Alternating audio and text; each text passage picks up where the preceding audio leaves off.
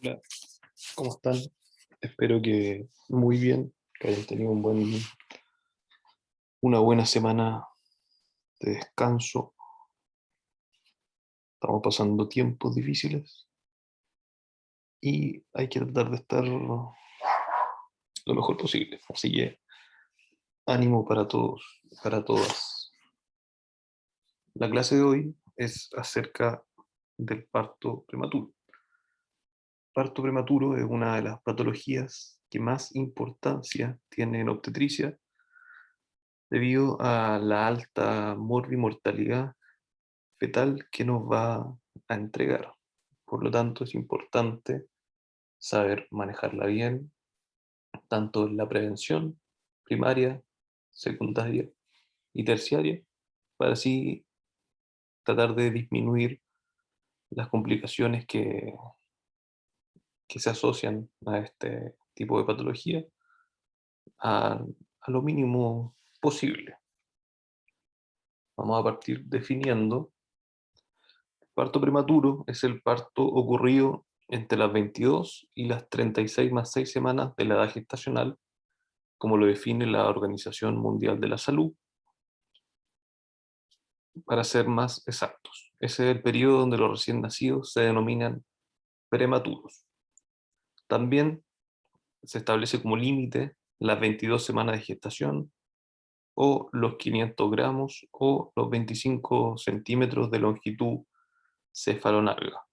Esos son los puntos de corte como para poder definir desde el punto de vista más estadístico lo que es un aborto de lo que es un parto prematuro. Esta definición es muy general, entre las 22 y las 36 más 6 semanas, porque es muy distinto un prematuro que nace a las 23 semanas que otro que nace entre las 35 y 36 semanas. Son contextos muy diferentes. Como un punto de quiebre a lo que es la mejoría respecto en cuanto a la morbi y mortalidad neonatal, es las 28 semanas o más o menos 1 kilo. Habitualmente con estos recién nacidos, con prematuros, es diferente eh, la morbilidad neonatal, en los cuales sobre las 28 semanas podemos lograr estos 90% perdón, de sobrevida, con bajas secuelas neurológicas. Por lo tanto es diferente tener un prematuro a las 24 semanas que un parto a las 28 o un parto a las 32 semanas en adelante, en donde los riesgos de morbimortalidad disminuyen mucho más. Habitualmente sobre las 32 semanas van a requerir poco apoyo complementario desde el punto de vista de reanimación avanzada. Muy pocos son los que requieren ventilación o manejo de alta complejidad. Entonces uno tiene que siempre colocarse en el contexto de que un parto prematuro va a depender de la semana de gestación en la que está, si está restringido, cómo nació, si fue un parto con asfixia. O sea, los contextos van a ser diferentes, pero sí es importante destacar, perdón, que la edad gestacional son relevantes para el pronóstico del bebé. Así que mientras más cercanos a las 37 semanas nazcan, van a tener mejor pronóstico estos bebés. Y el punto de corte, como dije, el primero es a las 28 semanas, luego a las 32 y acercándonos más a las 34 semanas es donde es el mejor punto de corte para poder hacerlo.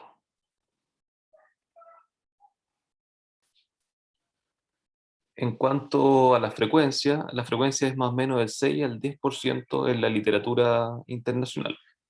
Acá en Chile nos acercamos entre el 6 al 7% de partos prematuros.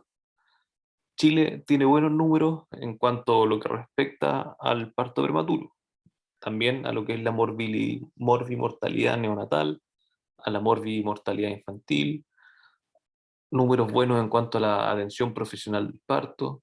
Tenemos buenos parámetros en lo que corresponde a la obstetricia, ginecología y también neonatología. El tema es que lamentablemente, a pesar de todas las propuestas que se han hecho para reducir aún más el parto prematuro, es muy difícil reducirlo más que a estos puntos. ya que siempre van a haber complicaciones como lo son la hipertensión, la diabetes, cuadros de malformaciones que generen partos prematuros, pero hay que buscar estrategias para reducir la posibilidad de un parto prematuro. Como consecuencia de la importancia de esto, se generó la guía GES de parto prematuro para así garantizar el diagnóstico temprano y el manejo de este para mejorar finalmente la morbimortalidad que se asocia a la prematurez. Como les dije al inicio, es una de las situaciones clínicas más importantes de la obstetricia, ya que es una de las causas principales de complicaciones respecto a morbimortalidad fetal. Constituye el 75% de las muertes perinatales, o sea, de 3 de cada 4 muertes perinatales se asocian con la prematurez, y al 50% de las complicaciones o alteraciones neurológicas de la infancia son asociadas a la prematurez, por lo cual es un tema relevante y bastante importante, ya que la prematurez es consecuencia de varios factores o de varias causas, las cuales hay algunas que son propias de la indicación quirúrgica o una interrupción temprana por diferentes causas, como lo son la hipertensión severa, RPM. Son patologías que se asocian a una interrupción precoz o también a partos prematuros idiopáticos, en los cuales se inicia el trabajo de parto antes de las 37 semanas. Y este grupo de embarazadas van a ser las que generan un riesgo importante respecto a eso. Un tercio, dijimos, son idiopáticos, un tercio van a ser por causas médicas y un tercio por RPM. A nivel mundial, 1,3 millones de mujeres van a requerir el uso de tocólisis. Y, como dato, los recién nacidos de peso menor a 1.500 gramos tienen un riesgo de morir 200 veces mayor que uno de 2,5 kilos. En general, el prematuro tiene, de cualquier edad, entre las 22 y las 36 más 6, tiene 20 veces más riesgo de morir que un recién nacido a término. Y los que más riesgo van a tener son los de menor edad y los de menor peso. Por eso es muy relevante cuándo es el que ocurre el parto prematuro. ¿Qué consecuencias nos da la prematurez? Complicaciones neonatales. Dentro de las complicaciones neonatales inmediatas están estas, que son el síndrome de dificultad respiratoria o de distrés respiratorio, la hemorragia intracraniana y la enterocolitis necrotizante. Son las más frecuentes de ver en los prematuros de bajo peso y también en los prematuros que son más prematuros. Y el síndrome de distrés respiratorio es lo más frecuente que vemos en las unidades de neonatología. Otras consecuencias de la prematurez son secuelas neurológicas. Como dijimos, 1 de cada 2 de los prematuros tienen secuelas neurológicas y también secuelas pulmonares a largo plazo. Las secuelas neurológicas van en un amplio abanico que pueden ser desde anormalidades leves de la función cognitiva hasta la parálisis cerebral. El riesgo de morbimortalidad está aumentado en el primer año de vida de todos los recién nacidos prematuros. Así que repito, como lo he dicho en veces anteriores, es sin duda el problema perinatal más importante, la prematurez. Acá se ve un cuadro, una tabla, en donde se comparan los números en cuanto a recién nacidos de término versus el recién nacido prematuro. Aumenta la mortalidad materna en cuanto a los recién nacidos de prematuros, teniendo 80 de cada 1.000, y en los recién nacidos de términos 3,6 de cada 1.000. Así que no es tan solo complicado para el recién nacido, sino que también para la madre. La morbilidad global severa en el recién nacido de término es 1 versus 17,3 en el recién nacido prematuro. La sepsis en el recién nacido prematuro es de 1, y en el, perdón, de término es 1, y en el prematuro de 13,4. La enfermedad de membrana hialina prácticamente no se ve en los recién nacidos de término, y en el recién nacido prematuro hasta un 7,8.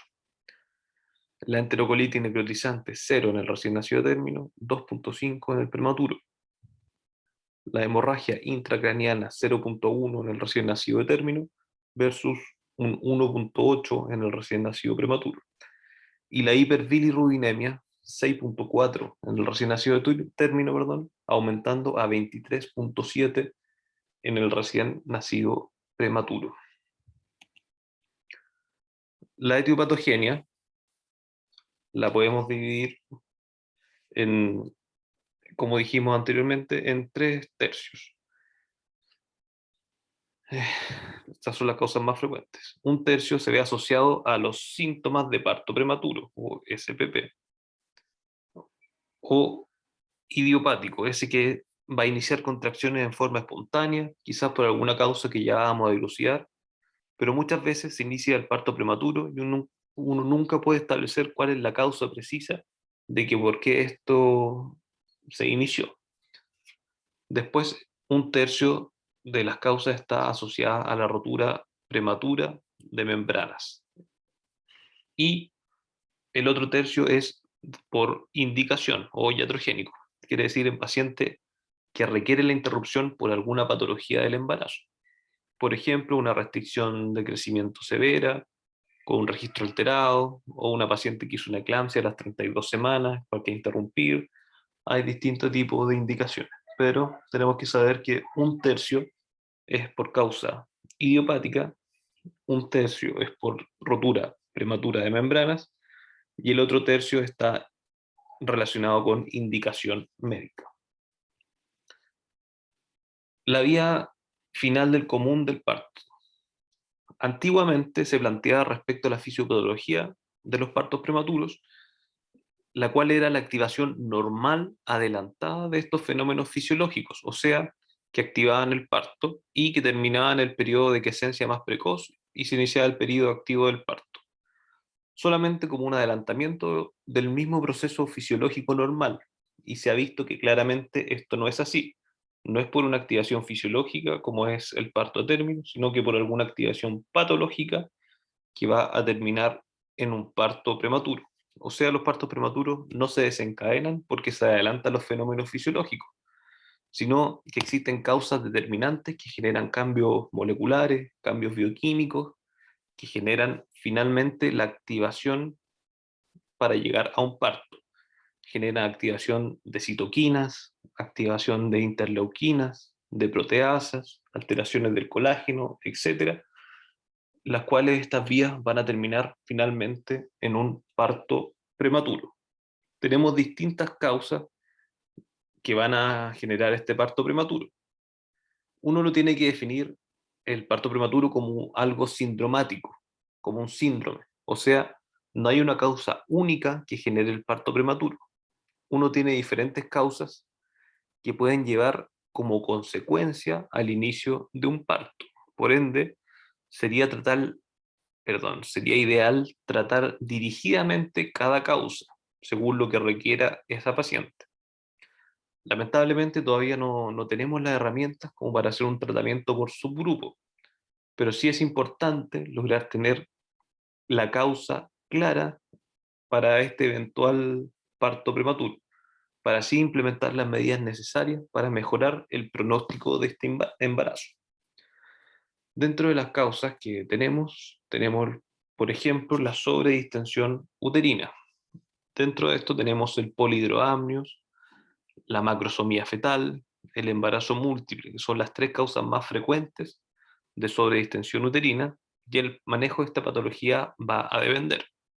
Por ejemplo, si hay una paciente que tiene un polidroamnios, atención, que generó un compromiso respiratorio materno y contracciones, va a existir la posibilidad de plantear un amniodrenaje, lo que es sacar líquido amniótico para así lograr descomprimir el útero, con una punción amniótica o amniocentesis, donde se saca el líquido. Esto no es rutinario, pero si la paciente tiene un compromiso tan grande que le genera un compromiso respiratorio o el inicio de contracciones, ahí está la indicación de un amniodrenaje. Y junto con esto hay que plantear también la posibilidad de administrar corticoides debido al riesgo que tenemos de parto prematuro.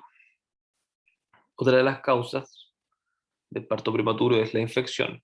Lo más común, la RPM, lo cual es una situación crítica en la cual tenemos que prevenir la infección con antibióticos, colocar corticoides y no tocólisis. Más adelante vamos a explicar por qué. Porque si uno tiene un cuadro potencialmente infeccioso y persistimos con un feto intentando frenar las contracciones, lo que estamos haciendo es generar que éste esté en un ambiente adverso más tiempo. Finalmente vamos a tener un recién nacido con complicaciones no tan solo asociadas a la prematurez, sino que también se asocian con la infección. Entonces, el manejo en este caso es diferente. Otra de las causas del parto prematuro es la disfunción cervical, también llamado incompetencia cervical, lo cual es la incapacidad del cuello de lograr sostener un embarazo con un tamaño relativamente grande. Y el cuello cede y empieza una dilatación sin mayores contracciones, sin grandes molestias ni dolor, e inicia el parto habitualmente sobre las 18 a 20 semanas. Normalmente son abortos tardíos o partos extremadamente prematuros, 22, 23 semanas. Lamentablemente, el diagnóstico de la insuficiencia cervical, de la incompetencia cervical, es un diagnóstico retrospectivo, o sea, que no hay manera de tener un diagnóstico en el primer parto, sino que con el hecho de tener un aborto tardío o un prematuro extremo. Lamentablemente, esto uno le diagnostica finalmente con la historia. La paciente que ha tenido 1 o 2 abortos de segundo trimestre, en el cual ha tenido un trabajo de parto prácticamente espontáneo, sin dolor. Si la paciente llega porque le duele un poco o manchó rojo y la van a examinar al ingreso, y la van a examinar, al ingreso ya está con dilatación completa, con la bolsa amniótica casi en la vagina. Esa es como la historia clásica de una incompetencia cervical. El manejo en este caso es diferente. Se logra hacer con un cerclaje. ¿Y qué es un cerclaje? Son puntos que se colocan en el cuello del útero para así comprimir el útero y no permitir que se genere este trabajo de parto espontáneo. Y al momento en que ya la paciente va a ir a un parto, se retiran los puntos colocados en el cuello. Otra de las causas es por autoinmunidad. ¿Qué nos referimos con autoinmunidad? Como enfermedades inmunológicas, como lo son el lupus, el síndrome antifosfolípido. Cada uno tiene una forma diferente de plantearse. O sea, un antifosfolípido requiere manejo con anticoagulantes, aspirina, calcio.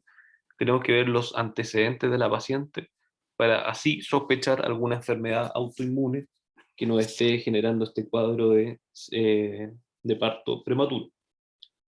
La isquemia está asociada normalmente al síndrome hipertensivo. Los partos prematuros asociados a una mala placentación con alteración en la invasión trofoblástica en el primer trimestre, lo cual no permite formar una adecuada red vascular en la placenta, y son placentas pequeñas, las cuales se infartan y por consecuencia de esto generan fenómenos hipertensivos y restricción de crecimiento intrauterino. El bebé va quedando chico y muchas veces en esta condición terminamos en un parto prematuro. Y el manejo ahí es otro.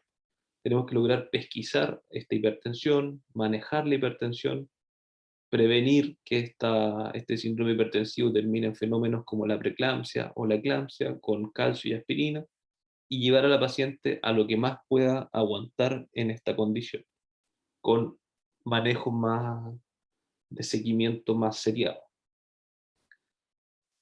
Otro factor que nos genera partos prematuros son los tóxicos, drogas como la cocaína, la cual se asocia a desprendimiento prematuro de placenta, a cuadro hipertensivo, químicos de fumigaciones también, lo cual es secundario a malformaciones.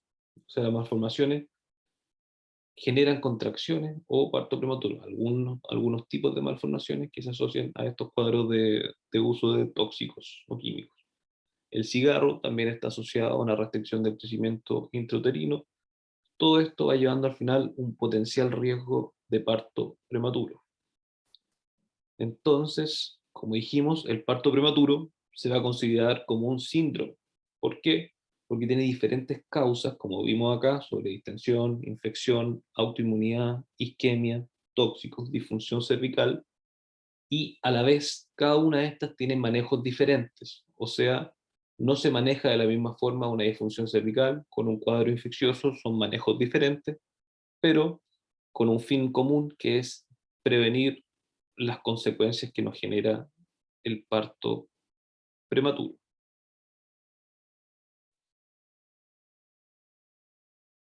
Entonces, el parto prematuro no es una actividad fisiológica anticipada, como dijimos anteriormente, sino que es una noxa, un daño, ya sea al feto, a la placenta o al miometrio, lo cual va a generar la activación y el fin de la quiescencia uterina y la estimulación miometrial para tener contracción.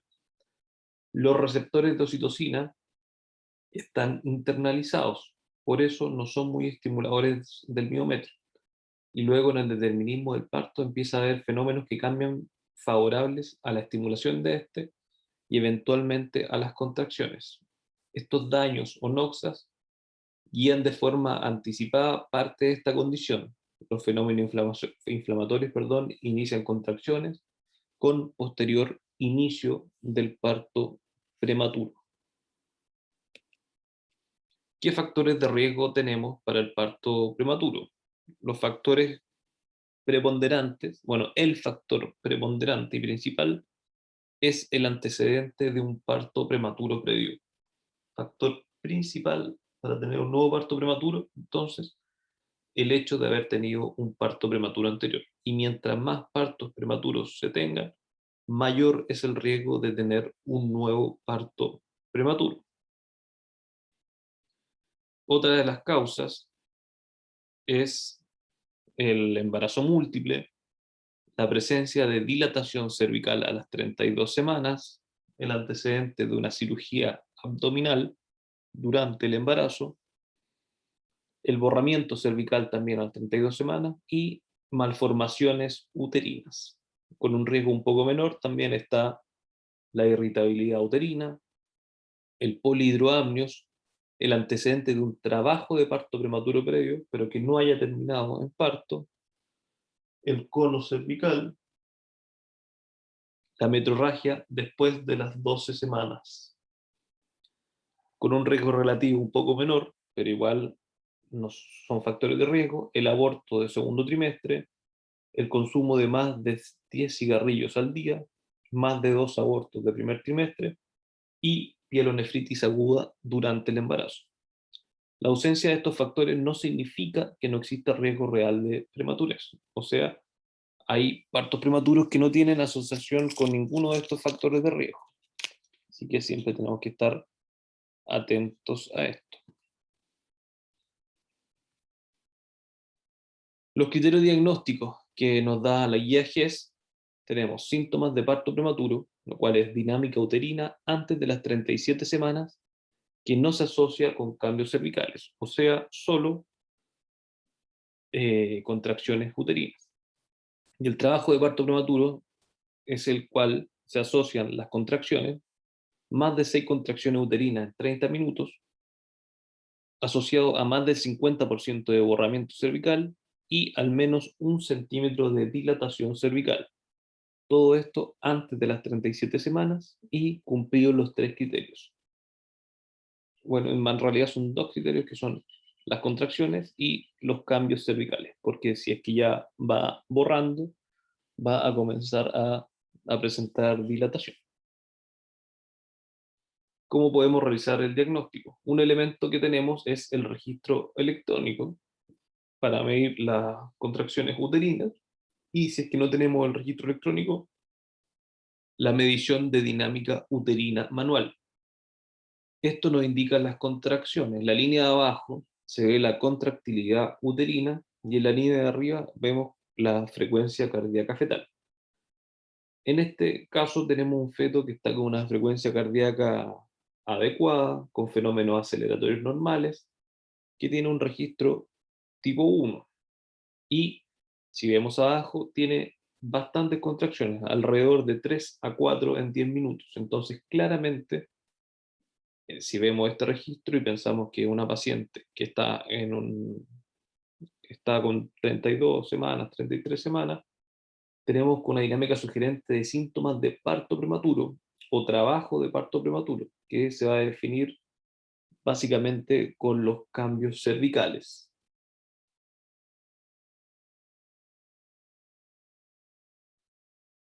Otra forma de hacer el diagnóstico antes de las 34 semanas es la medición del cuello uterino, el ultrasonido cervical para hacer diagnóstico. El cuello uterino en condiciones normales debe medir más de 25 milímetros. Si vemos la medición del cuello uterino que está menor a 25 milímetros asociado con contracciones, tenemos que pensar que la paciente está con síntomas de parto prematuro. O si hacemos la comparación de la medición cervical posterior a las 2 horas de evaluación de la paciente con una semi-hospitalización para ver si es que disminuye la dinámica y vemos cambios de este, es porque tenemos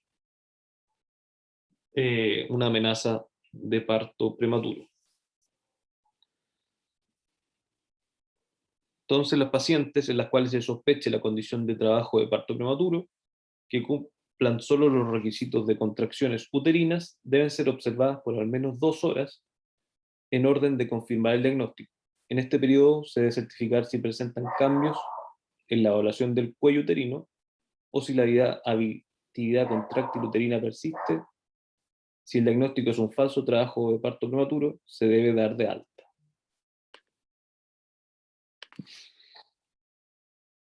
Lo que tenemos que hacer, más o menos, es, mire, si tenemos una paciente con antes de las 36 más 6 semanas, que tiene dinámica, pero tiene un cuello de 30 milímetros, existen dos posibilidades: que tenga un falso trabajo de parto prematuro o que esté iniciando síntomas de parto prematuro que no han sido tan efectivos para generar acortamiento cervical. Entonces tenemos que hacer en este caso es mantener en reposo a la paciente, colocar un suero e ir a evaluarla 2 horas después. Si la paciente persiste con contracciones, se hospitaliza. Si la paciente persiste con contracciones y se genera un acortamiento cervical en esas 2 horas, con mayor razón tenemos que hospitalizarla. Si la paciente no tiene contracciones o tiene menos, pero se le corta el cuello, también es una condición para hospitalizar. O sea, la única situación en la cual no se hospitaliza es que cedan las contracciones y el cuello conserve su longitud, lo cual es lo habitual. Lo habitual es que en la urgencia obstétrica lleguen 20 pacientes con dolor tipo contracción y de esas una o dos va a ser síntomas de parto prematuro reales. Muchas veces llegan pacientes con dolores, uno le hace el registro y no tiene nada, tiene un cuello largo y se va para la casa para seguir con su embarazo y sus controles habituales, porque o si no tendríamos una urgencia y una hospitalización llena de pacientes que han llegado por dolores o por contracciones aisladas. Por eso tenemos que lograr evaluar bien y ver cuáles van a requerir hospitalización y cuáles no. Si se confirma el diagnóstico, como dijimos, de trabajo parto prematuro, ¿cuáles son las acciones principales a seguir? Reposo en cama con paciente hospitalizada, hidratación materna con sueros, con sueros coloides, con suero fisiológico, con suero Ringer lactato. Una evaluación adecuada materna y fetal para ir a ver y buscar cuál es la causa por la cual tiene síntomas de parto prematuro. Y lograr monitorizar las contracciones uterinas para ver si estas van en descenso, van en aumento, sí, para ver qué es lo que estamos haciendo para ayudar a frenar esto. Dentro de las medidas específicas tenemos la tocólisis, que se da en algunos casos y en otros casos no. Ahí vamos a ver cuáles son. El uso de corticoides, lo cual es la medida que nos ha ayudado a tener mejores resultados perinatales en pacientes con parto prematuro, los corticoides. La neuroprotección, que se realiza con sulfato de magnesio en los trabajos de parto prematuro que son previos a las 32 semanas. Todos van con neuroprotección. Con 5 gramos de carga de sulfato de magnesio y luego 1 gramo por hora hasta el momento del parto. Junto con el sulfato de magnesio tenemos que instalar una sonda Foley para ir midiendo la diuresis. Descartar infecciones sistémicas y también descartar infecciones intraamnióticas. La profilaxis de infección de estreptococo del grupo B. Todos los partos que son previos a las 37 semanas tienen que ir sí o sí con profilaxis de infección para estreptococo con el uso de penicilina. También el ultrasonido para hacer una evaluación del peso fetal y la vigilancia antenatal. En cuanto a los tocolíticos, se denomina tocolítico a un grupo de fármacos que poseen la habilidad de inhibir las contracciones del útero. Dentro de esto tenemos varios fármacos y se van a ir dependiendo en líneas en cuanto a su uso. Como primera línea tenemos el nifedipino. Se han hecho varios metaanálisis y se ha llegado a la conclusión de que el nifedipino es el medicamento más efectivo para la frenación, más costo efectivo en realidad. En algunos reportes muestran que tuviera algún beneficio por sí solo de disminuir el riesgo de síndrome de estrés respiratorio, el uso del nifedipino. Hay diferentes esquemas, pero cuando llega una paciente con este síntoma de parto prematuro, lo que uno hace es dar una dosis de carga, en la cual son 20 miligramos cada 20 minutos por 3 dosis. Y si uno logra que se vaya frenando, seguir con 10 miligramos cada 6 horas por 48 horas. ¿Por qué por 48 horas? Para así lograr el uso de los corticoides. Los tocolíticos no son para frenar un parto desde las 32 hasta las 36, 37 semanas, sino que son para lograr el tiempo adecuado para dar la maduración pulmonar con corticoides.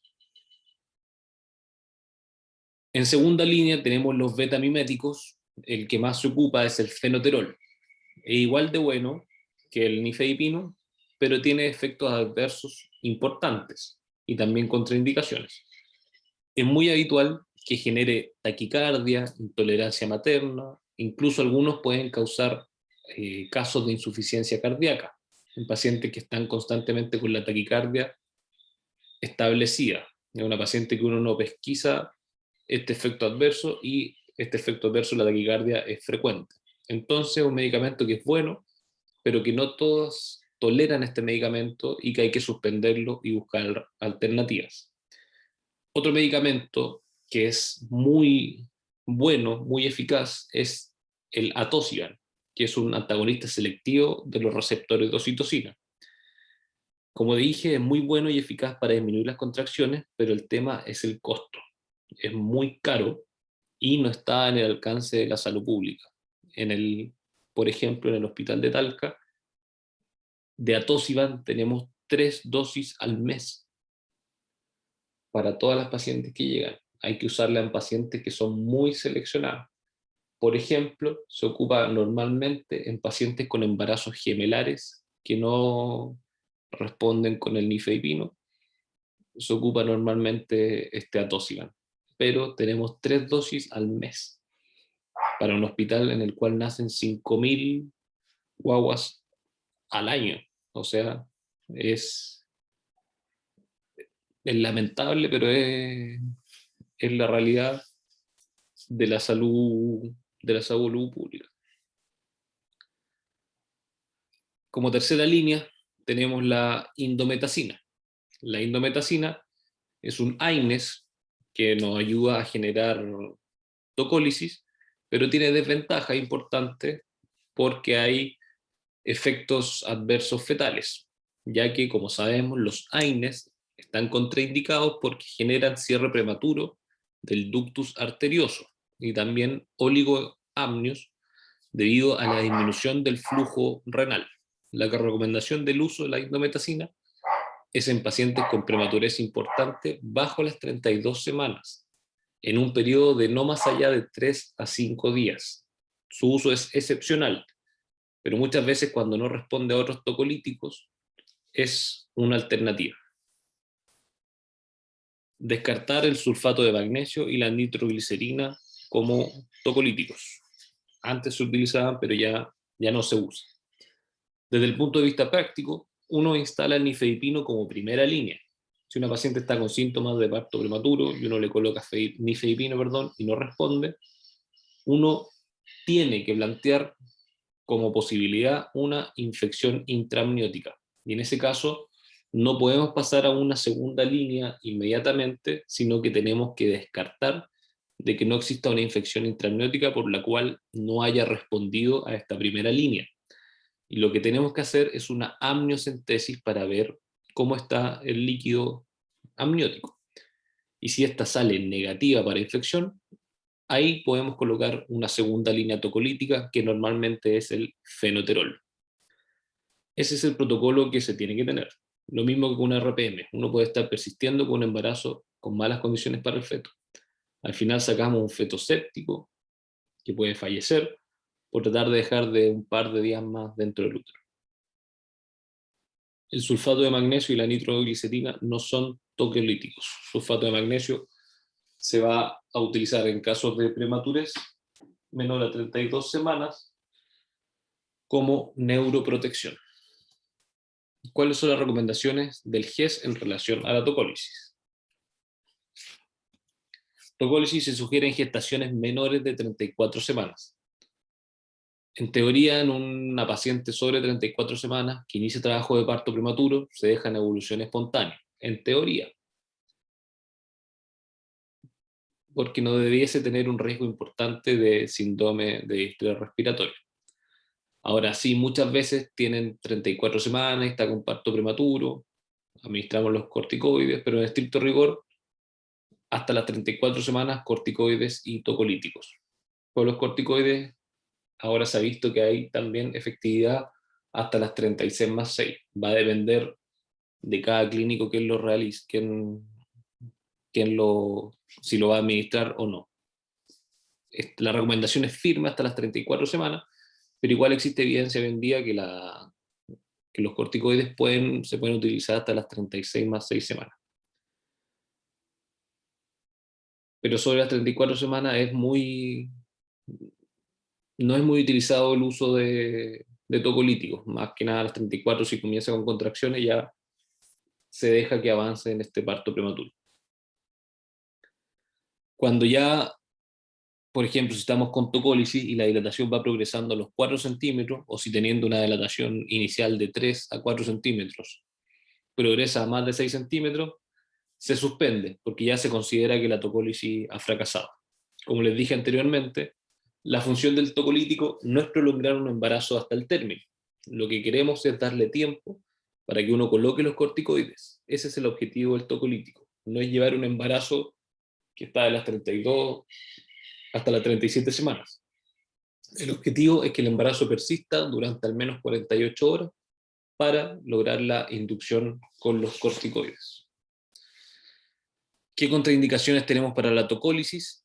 La infección ovular, el óbito fetal, malformaciones fetales incompatibles con la vida humana, patología materna grave, sufrimiento fetal agudo, un trabajo de parto avanzado o la presencia de alguna hemorragia grave. Corticoides.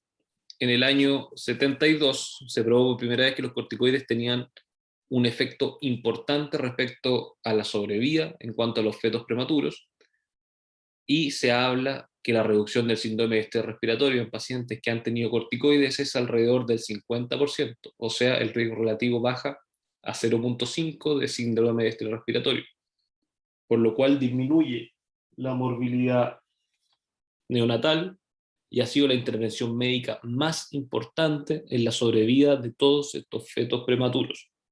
Y el efecto se va a observar entre las 24 horas y los 7 días posteriores a la administración de este. En realidad los efectos beneficiosos se consideran después de las 6 horas de la primera administración. Se ve que ya hay efectos beneficiosos para el feto, pero su efecto de máximo rendimiento va a ser entre las 48 y las 7 horas y los 7 días posterior a la administración. La dosis de los corticoides es betametasona, 12 miligramos intramuscular cada 24 horas por 2 dosis. Ahí está la dosis y los medicamentos, la betametasona, ya sea fosfato o acetato. ¿En qué medicamento se probó? En el Sidoten. El Sidoten es la betametasona con la cual se hizo los ensayos, los trabajos. Dosis de 12 miligramos intramuscular cada 24 horas por 2 dosis, y la dexametasona de 6 miligramos intramuscular cada 12 horas por 4 dosis. Como dijimos anteriormente, la terapia corticoidal antenatal es la intervención obstétrica antenatal más importante en la prevención de la morbimortalidad neonatal precoz. ¿Por qué?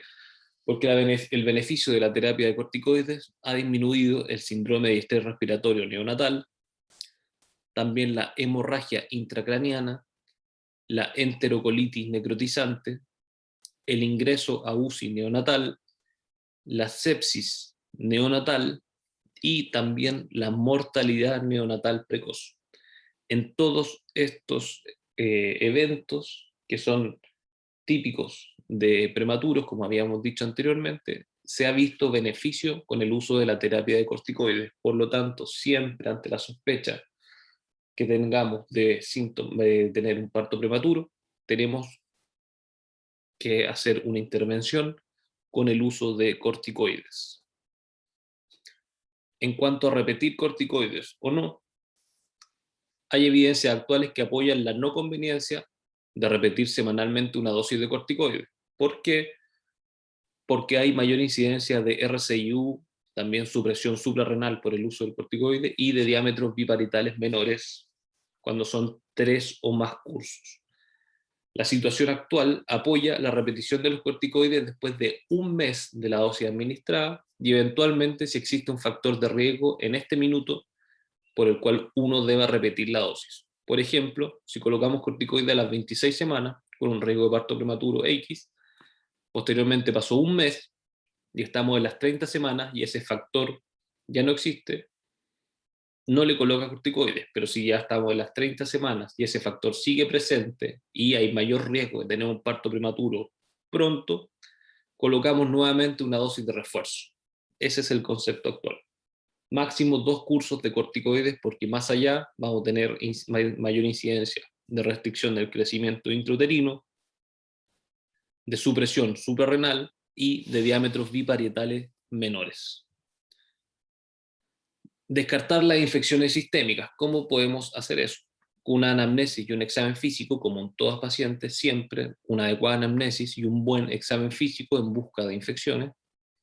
Realizar un examen obstétrico y examen de laboratorio con recuento globular para ver si es que hay leucocitosis, PCR, sedimento y urocultivo, flujo endocervical. Con PCR me refiero a proteína C reactiva, no la PCR que tenemos ahora en boga del coronavirus.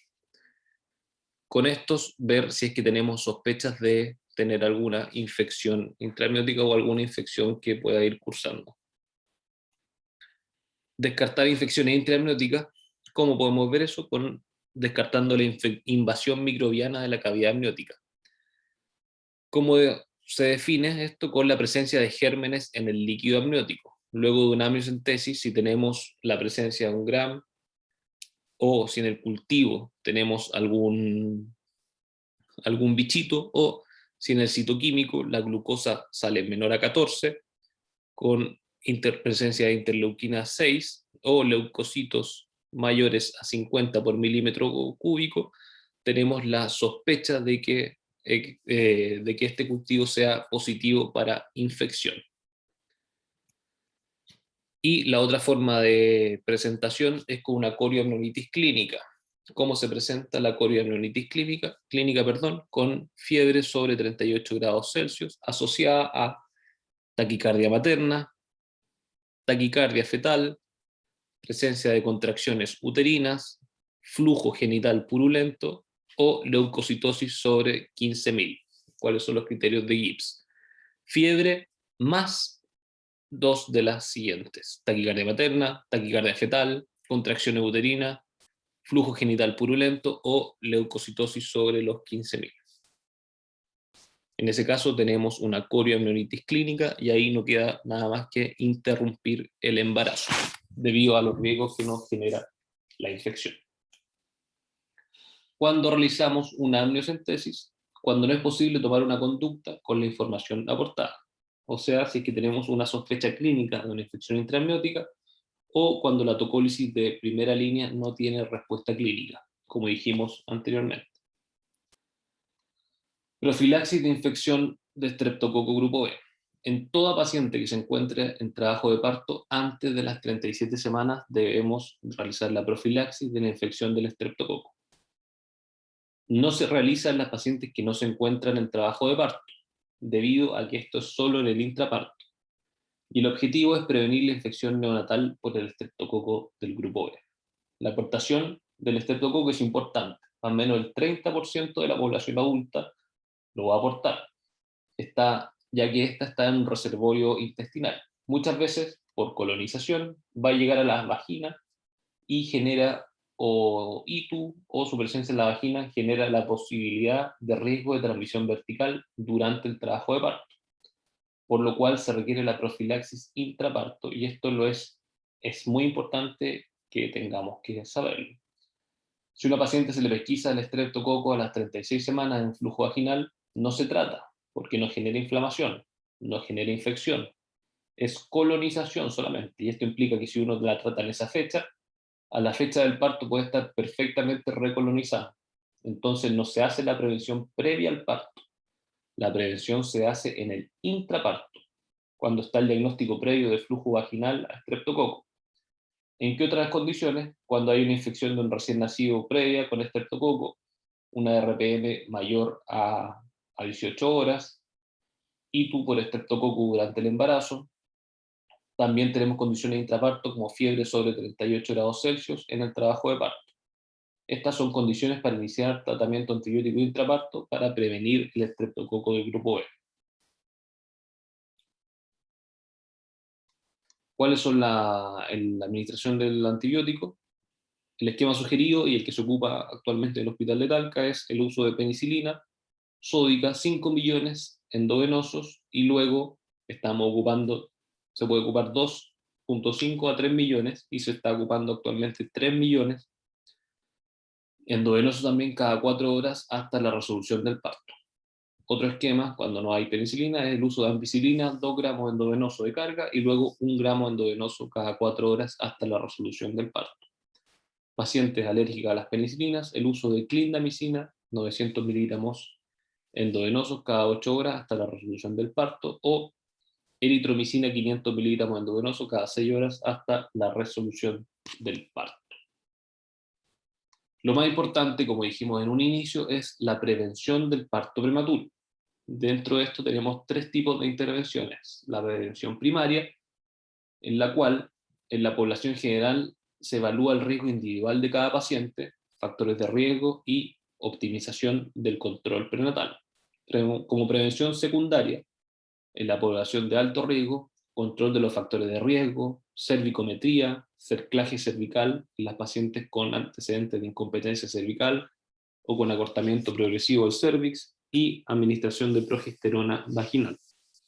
Y como prevención terciaria, el tratamiento del parto prematuro, que fue lo que fuimos viendo durante la diapositiva, que son la administración de corticoides, tocólisis en la paciente que no está contraindicada, antibióticos cuando es necesario y neuroprotección en casos necesarios cuando hay partos menores a 32 semanas. Lecturas recomendadas para esto, la guía perinatal y la guía clínica que hay de prevención del parto prematuro, porque la prevención del parto prematuro es una patología GES, es una garantía explícita de salud. Y todos los que trabajamos en la parte de obstetricia tenemos que conocerla, porque hay que usarla. Eso en cuanto a la clase de parto prematuro. Espero haya quedado todo claro y cualquier duda pueden consultar. Que estén muy bien, ánimo, éxito en todo.